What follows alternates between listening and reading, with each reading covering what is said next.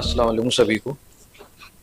जैसे कि आप जानते हैं कि ये एडू एक्सेल क्लासेस हैं और यासर अली क्लासेस मिक्स करके यहाँ पे आपको आज कॉन्स्टिट्यूशन डे का बधाई देती है। और आज कॉन्स्टिट्यूशन डे मैं एडवोकेट मोहम्मद नसर कासिम यासर अली क्लासेस की फैकल्टी से आपका इस स्पेशल डे पे वेलकम करता हूँ। और आज हम जानेंगे थोड़ा सा कॉन्स्टिट्यूशन डे के बारे में। जैसे कि आप सब लोग जानते हैं आज संविधान दिवस, कॉन्स्टिट्यूशन डे को संविधान दिवस भी बोला जाता है। ठीक है, आज हम लोग सेलिब्रेट कर रहे हैं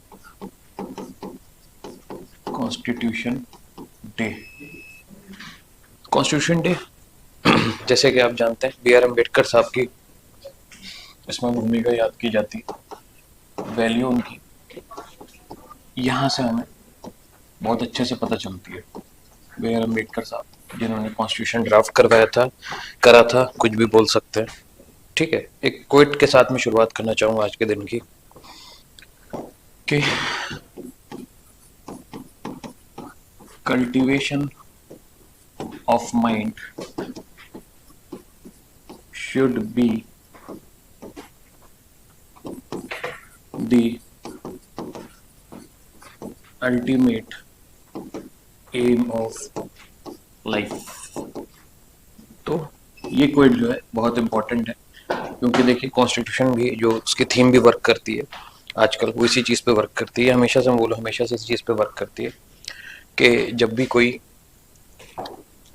चीज़ को अगर आप अपने में अडॉप्ट करें, आजमाएं, ठीक है, तो उसके लिए आपको उसके अंदर पूरा चला जाना होता है समझने के लिए। ठीक है, तो cultivation of mind should be the ultimate aim of life, या मैं बोल सकता हूँ, ठीक है, ह्यूमन एग्जिस्टेंस। ये क्वेट यूज किया जा रहा है कॉन्स्टिट्यूशन डे के लिए। यानी आपको क्या करना है यहाँ समझने के लिए कि माइंड जो होना चाहिए ना, हमेशा वो चीज़ों को समझते रहना चाहिए, उसको चीज़ें इनहेंस करते रहना चाहिए। ठीक है, और यही बुनियाद है जिंदगी के एग्जिस्टेंस की। ठीक है, ह्यूमन के एग्जिस्टेंस की यही बुनियाद है। ठीक है, 3 डेट आज क्या है? आज है 26 नवंबर। आइए थोड़ा सा 3 डेट पे ध्यान देते हैं। ठीक है, 15 अगस्त, सब आप इन सब डेट से फैमिलियर, थोड़ा सा समझते हैं कि होता क्या है, डिफरेंस क्या होता है 26 नवंबर और 26 जनवरी। ये 3 डेट पे अगर हम ध्यान दें, ठीक है, तो 15 अगस्त को आप जानते हैं हमारे देश आज़ाद हुआ था, इंडिया आज़ाद हुआ था, भारत जिसका अब नाम भारत है इंडिया का, वो आज़ाद हुआ था। ठीक है, तो इसको हम क्या बोलते हैं? इंडिपेंडेंस डे बोलते हैं, इंडिपेंडेंस डे बोलते हैं। ठीक है, 26 नवंबर जैसे कि मैंने भी आपको बताया, इसको बोलते हैं कॉन्स्टिट्यूशन डे। और इसके बाद अगर मैं बात करूँ 26 जनवरी की, तो 26 जनवरी के बारे में बोला जाता है रिपब्लिक डे। ठीक है, रिपब्लिक डे। इस दिन कॉन्स्टिट्यूशन इनैक्ट हुआ था, इस दिन कॉन्स्टिट्यूशन अडॉप्ट हुआ था। ठीक है, और इस दिन तो हमें आज़ादी मिली थी, आज़ादी को सेलिब्रेट करते हैं। ठीक है, इंडिपेंडेंस को। तो ये 3 डेट बहुत इंपॉर्टेंट है, इसका ईयर बहुत इंपॉर्टेंट है, 1947, 1949 और 1950। ये 3 ईयर आपको हमेशा जब भी आप कॉन्स्टिट्यूशन के बारे में देखते हैं या जानते हैं, सिर्फ लॉ के स्टूडेंट या लॉ के लोगों को नहीं पता होना चाहिए, बल्कि पूरे इंडिया में जितने लोग हैं उन्हें अपने कॉन्स्टिट्यूशन के बारे में पता होना चाहिए। ठीक है, ये कॉन्स्टिट्यूशन है क्या? ये बेसिक लॉ ऑफ लैंड है, जिसके जरिए सारे लॉस को गवर्न किया जाता है इंडिया के अंदर। ठीक है, आइए समझते हैं कि रिलेशन क्या है बिटवीन, रिलेशन क्या है बिटवीन 26 नवंबर एंड 26 जन। क्या ये रिलेटेड है भी कि नहीं है? ठीक है, जो डेट अभी हमने डिस्कस की, तो मेरा जवाब होगा कि यस दे आर रिलेटेड, ये रिलेटेड है। आइए कैसे रिलेटेड है, थोड़ा सा पीछे चलते हैं हिस्ट्री में, दिसंबर 1929 में चलते हैं, दिसंबर 1929 में चलते हैं, इंडिया की हिस्ट्री में हम लोग जा रहे हैं। तो इस दिन क्या हुआ था, जैसे कि आप सभी को, कभी काबिल दोस्त हमारे मौजूद हैं, सभी को ये पता होगा इंडियन नेशनल कांग्रेस के प्रेसिडेंट कौन थे? इंडियन नेशनल कांग्रेस आईएनसी के प्रेसिडेंट कौन थे? आईएनसी के प्रेसिडेंट थे जवाहरलाल नेहरू साहब। ठीक है, इस टाइम पे एक सेशन हुआ था जिसको हम याद करते हैं लाहौर सेशन के नाम से, जो कि अभी ये जो लाहौर है ये आपका पाकिस्तान में पहुंच गया। ठीक है, पहले ये इंडिया का पार्ट हुआ करता था लाहौर। तो इस सेशन में क्या हुआ था, दो मुद्दों पे डिस्कशन किया गया था। ठीक है, अगर मैं बोलूं टू टॉपिक्स डिस्कस्ड, ठीक है, मेनली, जिसमें से अगर मैं दो टॉपिक की बात करूं तो एक तो था आपका डोमिनियन स्टेटस और दूसरा था आपका पूर्ण स्वराज। ठीक है, एक को हम बोल सकते हैं सिंपल वर्ड्स में आपका पार्शियल इंडिपेंडेंस, एक को हम बोल सकते हैं कंप्लीट इंडिपेंडेंस। तो इन दो मुद्दों पे इस पे चर्चा हुई, इन दो टॉपिक्स पे इन पे चर्चा हुई। ठीक है, और चर्चा क्या थी? चर्चा ये थी कि क्या इंडिया को पूरी तरीके से आज़ादी मिलनी चाहिए, या इंडिया को क्या है आज़ादी तो मिले लेकिन साथ में क्या हो, ब्रिटिशर्स भी हम पे राज कर सके, यानी ब्रिटिश कॉलोनियल रूल भी हो साथ में। तो इसमें अगेन जब कोई दो मुद्दे होते हैं तो क्या होता है, दो ग्रुप डिवाइड हो जाते हैं। ठीक है, दो ग्रुप डिवाइड हो जाते हैं। तो दो ग्रुप जो डिवाइड हुआ उसमें एक ग्रुप तो था, फॉर एग्जांपल जैसे मैं सबका नाम नहीं लूंगा क्योंकि हमको सिर्फ थोड़ा बहुत समझना है कि ये होता क्या है, इसका बैकग्राउंड क्या है कॉन्स्टिट्यूशन डे का। ठीक है, एक थे मोतीलाल नेहरू, जिनको आप जानते हैं कि फादर थे जवाहरलाल नेहरू के फादर थे। ठीक है, दूसरे पक्ष में ऑब्वियस सी बात है, ये कॉन्सेप्ट में आपके थे जवाहरलाल नेहरू खुद। ठीक है, और मान लीजिए और भी बहुत प्रोमिनेंट लीडर्स थे, बोस साहब थे। ठीक है, और आपके बाल गंगाधर तिलक साहब थे। तो ये कुछ प्रोमिनेंट लीडर थे। ठीक है, जो अपना अपना पक्ष में सपोर्ट कर रहे थे। तो फाइनली कौन से स्टेटस को एक्सेप्ट किया गया, यहाँ पे कौन से टॉपिक को एक्सेप्ट किया गया? ठीक है, तो दिस वाज एक्सेप्टेड, पूर्ण Swaraj was accepted in this meeting, पूर्ण स्वराज को एक्सेप्ट किया गया। आई थिंक यहाँ तक आपको थोड़ा सा हिस्ट्री इजिली समझ में आई होगी। ठीक है, बोला गया कि 26 जनवरी को हम सेलिब्रेट करेंगे पूर्ण स्वराज। कौन सी 26 जनवरी को? एवरी, आने वाले हर 26 जनवरी को हम सेलिब्रेट करेंगे पूर्ण स्वराज को। ठीक है, आने वाली हर 26 जनवरी को हम सेलिब्रेट करेंगे पूर्ण स्वराज को। ठीक है, नेक्स्ट जो चीज इसमें इंपॉर्टेंट थी कि नेहरू जी ने क्या कहा इसको लेकर के, पूर्ण स्वराज को लेकर नेहरू जी ने क्या कहा, नेहरू जी ने बोला कि 26 जनवरी जो है वो पूर्ण स्वराज डे होगा, और यही जाके बाद में क्या हुआ आपका रिपब्लिक डे बना। तो पूर्ण स्वराज को ही अगर मैं बोलूं, पूर्ण स्वराज को 1930 में पूर्ण स्वराज बोला जाता था, और इसे रिपब्लिक डे के फॉर्म में मनाया जाता है 1950 से रिपब्लिक डे के फॉर्म में से मनाया जाता है। ठीक है, और ये जो बात थी ये जवाहरलाल नेहरू जी के उसमें देखरेख में की गई थी। ठीक है, यहाँ तो समझ में आ गया होगा आपको। आइए अब देखते हैं इसमें एक और इम्पोर्टेंट एस्पेक्ट जो कि है कॉन्स्टिट्यूएंट असेंबली। कॉन्स्टिट्यूएंट असेंबली, अब ये क्या चीज थी? ठीक है, आइए थोड़ा हेडिंग वाइज समझ लेते हैं बहुत इजी वे में। इसका आइडिया देने वाले थे, अगर हम ट्रेस बैक करें तो M.N. राव साहब थे। ठीक है, M.N. राव साहब, जिन्होंने 1934 में इसकी बात पहली बार छिड़ी। 1934 में इसकी बात पहली बार छिड़ गई, ठीक है। उसके बाद क्या हुआ, इसका डिस्कशन, इसमें क्या किया गया था, डिस्कस किया गया था। इसको डिस्कस करने में काफी टाइम लग गया, यानी बात चलती रही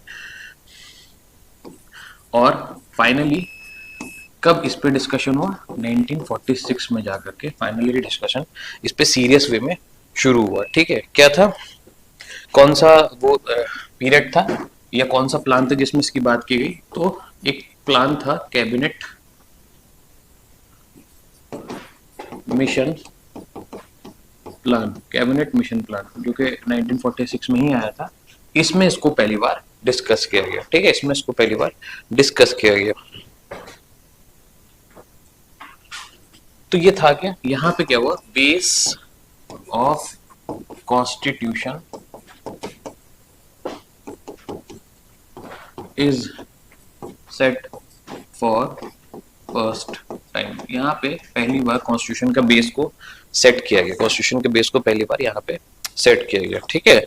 अब इसमें अर्लियर में जब ये चीज हो रही थी तो इसमें मेंबर्स कितने थे, तो उस टाइम जो कॉन्स्टिट्यूशन था उसमें मेंबर्स टोटल थे, ठीक है, 389, कहाँ पे, पार्लियामेंट में, ठीक है, 389 मेंबर्स थे। उसके बाद क्या हुआ कि अगर हम यहीं पे कंपैरिजन कर लें कि आफ्टर पार्टीशन इंडिया में कितने मेंबर्स रह गए थे, जैसे कि जो लोग हिस्ट्री जानते हैं तो आफ्टर पार्टीशन इंडिया के पास रह गए थे कितने, 299 मेंबर्स, यानी कि 90 members were gone to Pakistan, ये टोटल मेंबर्स थे, सही है। उसके बाद जो इसमें कुछ इंपॉर्टेंट डेट्स हैं जो हम ट्रेस बैक करते हैं कॉन्स्टिट्यूशन की हिस्ट्री को लेकर के, वो थी सबसे पहले तो 9 दिसंबर, 11 दिसंबर और 13 दिसंबर, ये 3 डेट बड़ी हिस्टोरिकल है, ठीक है। ईयर आपका 1946 ही रहेगा, ठीक है। क्या हुआ था 1946 9 दिसंबर में, आपके टेम्पररी प्रेसिडेंट चुने गए थे कॉन्स्टिट्यूएंट असेंबली के, ठीक है, टेम्पररी प्रेसिडेंट चुने गए थे जो थे सच्चिदानंद सिन्हा, ठीक है। उसके बाद क्या हुआ था, 11 दिसंबर को परमानेंट प्रेसिडेंट चुने गए इंडिया में, जिनका नाम था Rajendra Prasad. These all events are related to Constituent Assembly, ठीक है, कॉन्स्टिट्यूएंट असेंबली से रिलेटेड, ठीक है। लास्ट चीज जो थी 13 दिसंबर को क्या हुआ था, ऑब्जेक्टिव रेजोल्यूशन पास किया था, किसने, जवाहरलाल नेहरू ने। यहाँ तक आपको समझ में आया कि क्या कहानी चल रही है, हम लोग इवेंट वाइज चल रहे हैं, कॉन्स्टिट्यूशन डे के बारे में हम चीजें जान रहे हैं, ठीक है। तो इसमें क्या हुआ था, ऑब्जेक्टिव रेजोल्यूशन में सब चीज जानने की जरूरत नहीं, आपको सिर्फ इतना समझना, ऑब्जेक्टिव रेजोल्यूशन से ही जो हमारा कॉन्स्टिट्यूशन का प्रीएम्बल है, प्रीएम्बल जो है कॉन्स्टिट्यूशन का, उसकी शुरुआत ऑब्जेक्टिव रेजोल्यूशन से, और प्रीएम्बल बाद में जो फॉर्म हुआ वो भी ऑब्जेक्टिव रेजोल्यूशन से ही फॉर्म हुआ है। तो आज का जो प्रीएम्बल है हमारा, ठीक है, today's preamble, today's preamble is from objective resolution. Today's preamble BC is from objective resolution, ठीक है, ये बात दिमाग में आप डाल लीजिए। ऑब्जेक्टिव रेजोल्यूशन से इसको हमने देखा है, ऑब्जेक्टिव रेजोल्यूशन से इसको हमने देखा है, जाना है, ये इसकी शुरुआत यहीं से हुई प्रीएम्बल, ठीक है। उसके बाद अगर इंपॉर्टेंट इवेंट की बात करूं मैं इसके अंदर, तो इसमें आते हैं कॉन्स्टिट्यूशनल एडवाइजर। इसके कौन थे, कॉन्स्टिट्यूएंट असेंबली के कॉन्स्टिट्यूशनल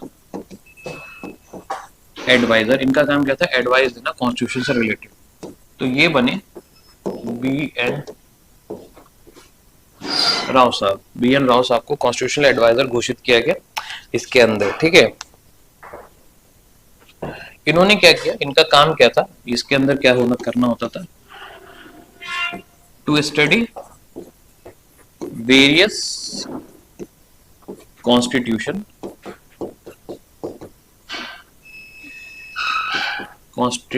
ऑफ या फ्रॉम वर्ल्ड ठीक है, and to implement it to Indian constitution, और इसको इम्प्लीमेंट करना इंडियन कॉन्स्टिट्यूशन में। ये काम था BN राव साहब का, ये वर्क था, ये इस पे काम किया करते थे, वर्क किया करते थे। ठीक है, अब आइए कुछ इंपॉर्टेंट चीज देख लेते हैं कि इसको करने में कितना टाइम लगा। ठीक है, इसको करने में कितना टाइम लगा। तो टाइम टेकन किसको करने में, ये पूरा ड्राफ्ट करने में कितना टाइम लगा, हम इसके बारे में बात कर रहे हैं। ठीक है, टाइम टेकन। तो अगर हम देखें तो पहले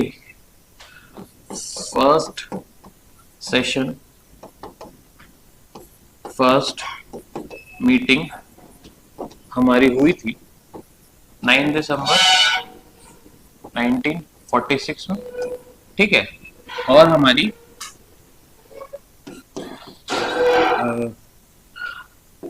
11th मीटिंग जो हुई, ठीक है, 11th मीटिंग सेशन जो हुआ, मीटिंग का जो सेशन हुआ वो हमारा हुआ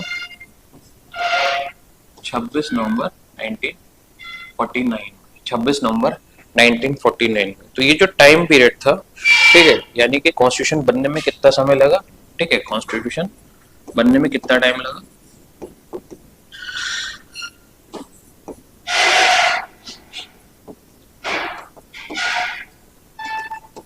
time taken 2 years 11 months 18 days। ये टोटल टाइम लगा हमारा कॉन्स्टिट्यूशन के बन के तैयार होने में, यानी अप्रोक्स 3 years का टाइम लगा था इसके अंदर। एग्जैक्ट टाइम जो है आपके सामने है। इसमें टोटल, जैसे कि मैंने बताया, ठीक है, एक सेशन पे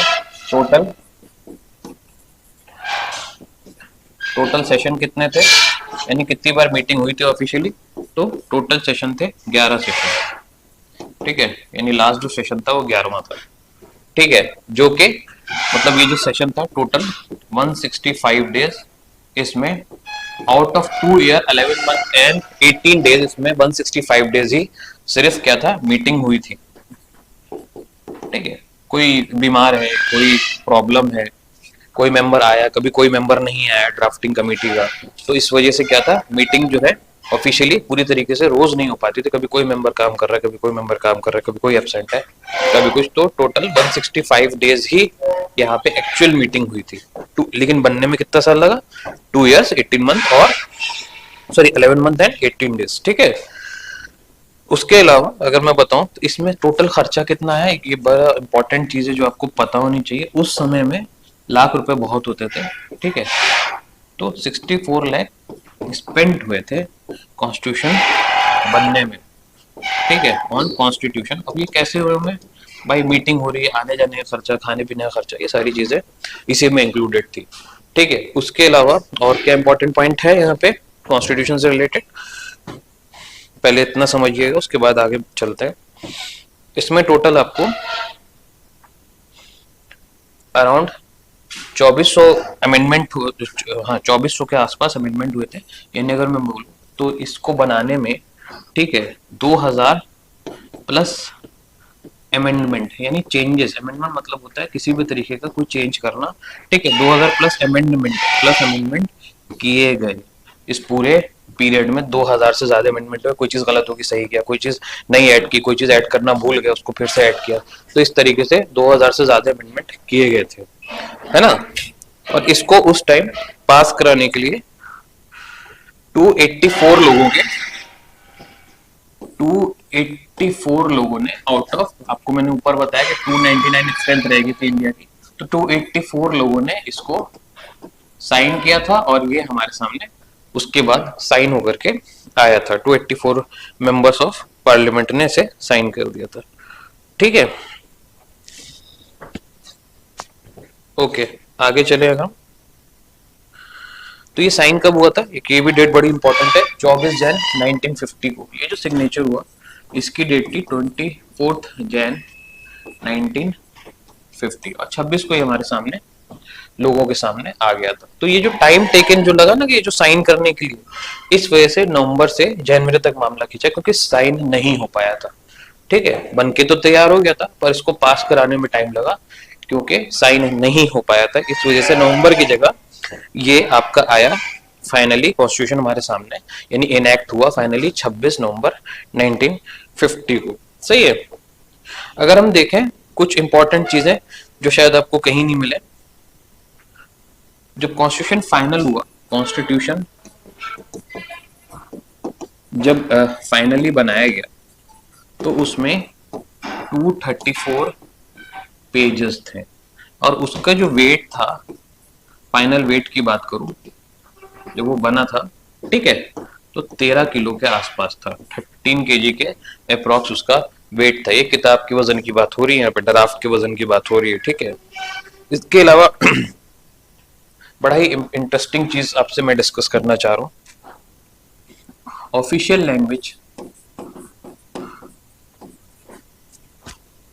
पे भी बात हुई 1940 उसमें। ठीक है, ऑफिशियल लैंग्वेज पे भी बात हुई कि इंडिया की ऑफिशियल लैंग्वेज क्या होगी। ठीक है, और दूसरी चीज जो मैं यहाँ डिस्कस करना चाह रहा हूँ, ठीक है, नेशनल लैंग्वेज इंडिया की क्या होगी। ठीक है, जरा ध्यान दीजिएगा, ऑफिशियल लैंग्वेज पे जब बात हुई, ठीक है, तो ऑफिशियल लैंग्वेज पे अगर हम चलें तो जैसे कि आप सब लोग जानते हैं कि हिंदी को हमारी ऑफिशियल लैंग्वेज घोषित किया गया, डिक्लेयर किया गया, और इसकी जो लिपि थी वो थी देवनागरी लिपि बोलते हैं। ठीक है, देवनागरी लैंग्वेज ये आपकी अडॉप्ट की गई, हिंदी देवनागरी में अडॉप्ट की गई। ठीक है, देवनागरी में अडॉप्ट की गई। कब अडॉप्ट की गई थी, इसकी बड़ी ही इंटरेस्टिंग डेट है। ठीक है, 14 सितंबर को, 14 सितंबर को ये डेट अडॉप्ट की गई है ना, 14 सितंबर को ये डेट। तो अब ये मेरे सवाल है जो आप लोग के भी जहन में रहता होगा कि क्या नेशनल लैंग्वेज और ऑफिशियल लैंग्वेज सेम है इंडिया की। तो देखिए, national language official language same नहीं है, नो आंसर है मेरा। क्यों सेम नहीं है? क्योंकि नेशनल लैंग्वेज को लेकर के अभी भी डिस्कशन चल रहा है, इवन इन 2023 इसका डिस्कशन अभी भी चालू है कि हमारी नेशनल लैंग्वेज क्या होगी। ऑफिशियल लैंग्वेज नेशनल लैंग्वेज में फर्क ही ये होता है कि ऑफिशियल लैंग्वेज जो होती है वो ऑफिसेज में यूज की जाती है। ठीक है, these are for offices. Offices कैसे? गवर्नमेंट, इवन अब तो आप वाइडर डेफिनेशन है, हर चीज बहुत वाइड हो गई, तो उसको आप ये भी कह सकते हैं कि प्राइवेट ऑफिसेज में भी लेकिन यूज करी जा सकती है, लेकिन बेसिकली ये गवर्नमेंटल ऑफिसेज के लिए होती है। और नेशनल लैंग्वेज होती है जो नॉर्मल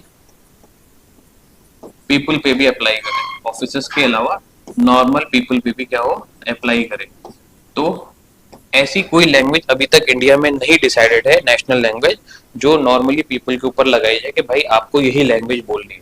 इंडिया में अभी लोग फ्री हैं अपनी पसंद की लैंग्वेजेस बोलने के लिए। There are 22 official languages, not national language. ये चीज आप याद रखिएगा। ठीक है, नेशनल जो कि नेशन के लिए हो, और नेशन के लिए कोई भी लैंग्वेज अभी तक नहीं है। ठीक है, नेशनल लैंग्वेज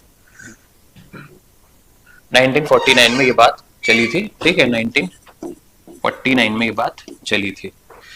ओके, क्लियर है, समझ में आया हिस्ट्री के बारे में। अब हम लास्ट चीज देख लेते हैं जिसके बारे में, जहां से शुरुआत नहीं की मैंने, जानबूझ के लास्ट में रखा है।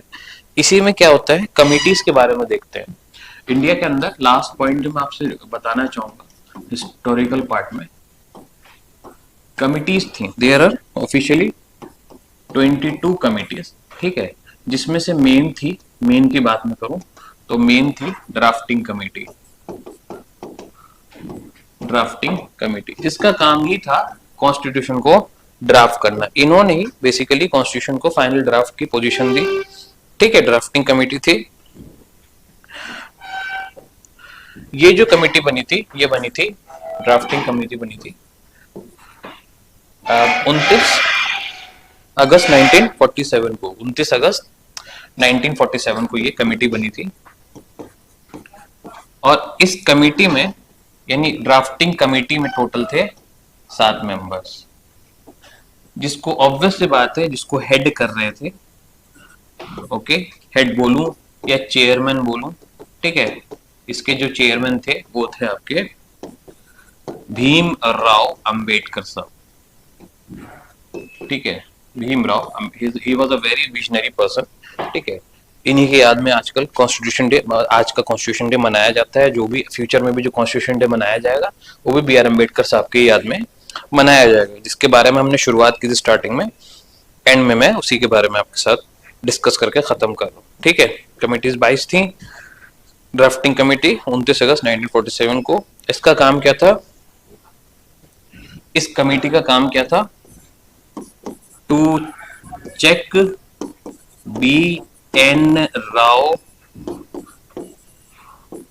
ड्राफ्ट। जो बी एन राव साहब ने पीछे मैंने आपको पढ़ाया ड्राफ्ट बनाया था, उसको चेक करना और फाइनली इंडिया में इंप्लीमेंट करना। तो फाइनल ड्राफ्ट जो था हमारे सामने 21 फेब 1948 को बनके आ गया था, ठीक है। अब हमारा कॉन्स्टिट्यूशन डे के बारे में सब चीज यहाँ पे कंप्लीट होती है। आई होप आपको चीजें समझ में आई होंगी। एक बार मैं लास्ट में आपको स्टार्टिंग वाली डेट जो कि बहुत इंपॉर्टेंट है, डिफरेंस वाली, वो फिर से बता दे रहा हूँ, ठीक है। 15 अगस्त 1947, 26 नवंबर 1949 और 26 जैन 1949, ठीक है। ये तो हमारा इंडिपेंडेंस डे था, आजादी वाला दिन। ये हमारा क्या था? और ये क्या था? ये रिपब्लिक डे था, जिसे हम पूर्ण स्वराज डे भी बोल सकते हैं, ठीक है। 26 नवंबर 1949 वाला क्या था हमारा? कॉन्स्टिट्यूशन डे, जो कि आज है 26 नवंबर 1949, ठीक है।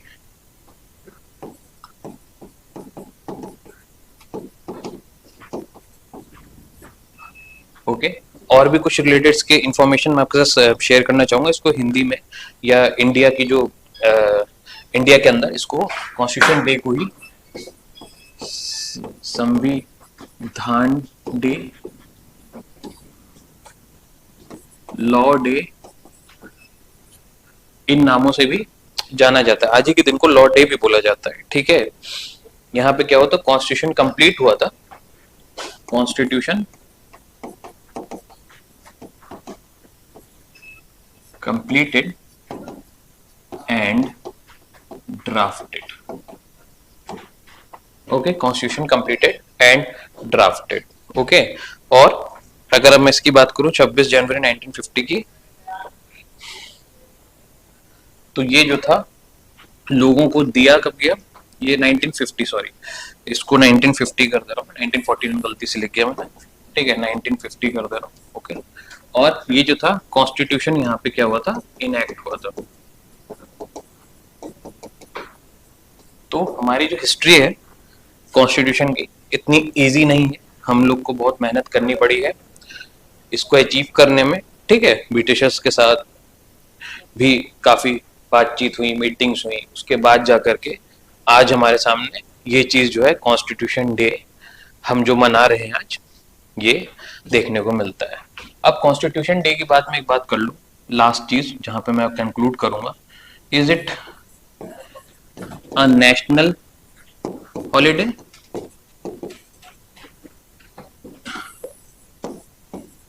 Is it a national holiday, an official holiday,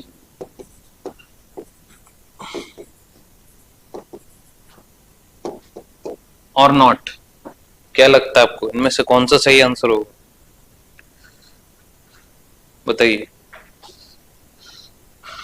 constitution day is official day, is an official day, यानी सिर्फ government, school and government offices में इसकी हॉलीडे जो है वो सेलिब्रेट की जाती है। जबकि अगर नेशनल हॉलीडे होता, ठीक है, तो ये जो है पूरे India, that is Bharat nation में सेलिब्रेट होता, जो कि नहीं होता। तो this is all about constitution day. I wish you happy constitution day. आप अपने संविधान का, अपने लॉ का रिस्पेक्ट करिए। आने वाले समय में लॉ को और मजबूत बनाइए, लॉ में एक्सेल करिए, लॉ में आगे बढ़िए, ठीक है। और लोग जागरूक होइए, लोगों को लॉ के बारे में बताइए। और सारे लॉ पता होना जरूरी नहीं है, पर कम से कम आपको अपने बेसिक लॉज जो है, जो कि कॉन्स्टिट्यूशन है, कुछ अधिकार हैं, राइट्स हैं, ठीक है, ये सारी चीजें आपको पता होनी चाहिए, ताकि कल को आप पे कोई प्रॉब्लम है या कुछ है तो आपको उसका सॉल्यूशन भी समझ में आता हो, ठीक है। इसके लिए आपको क्या करना होगा, इसके लिए आपको हमारी जो ये कोचिंग है इसको फॉलो अप करना होगा। ऐसे इंफॉर्मेटिव लेक्चर्स, इंफॉर्मेटिव बातें बहुत शॉर्ट में मैं आपके लिए लेके आता रहूंगा और आपको फ्यूचर में भी मदद करता रहूंगा। So thank you. I am signing off on behalf of YEC faculty and EduExcel faculty. Sorry, on behalf of YEC and EduExcel coaching. Allah Hafiz. Take care.